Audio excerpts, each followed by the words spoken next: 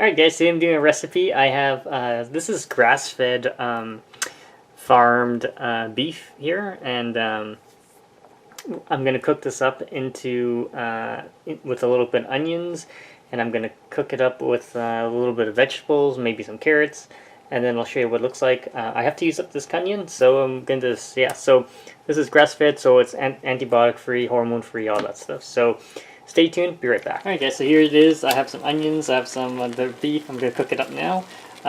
This is water, so I don't like to use oil when I cook it, so I'm going to be putting some green veggies in there as well. Stay tuned. Alright, so here's my veggies. This is almost done. Once this is done, I'm going to be putting the vegetables in there and then just let it reduce. I'm going to add some herbs to it. I got some parsley and things like that, maybe some dill. I got tons of it, so I'm going to use it up.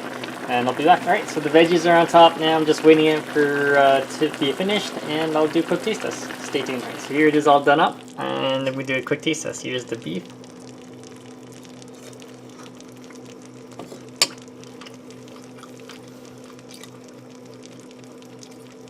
It's really good. It's lean. It tastes like more like venison, wild game. Like I said, it's really lean, and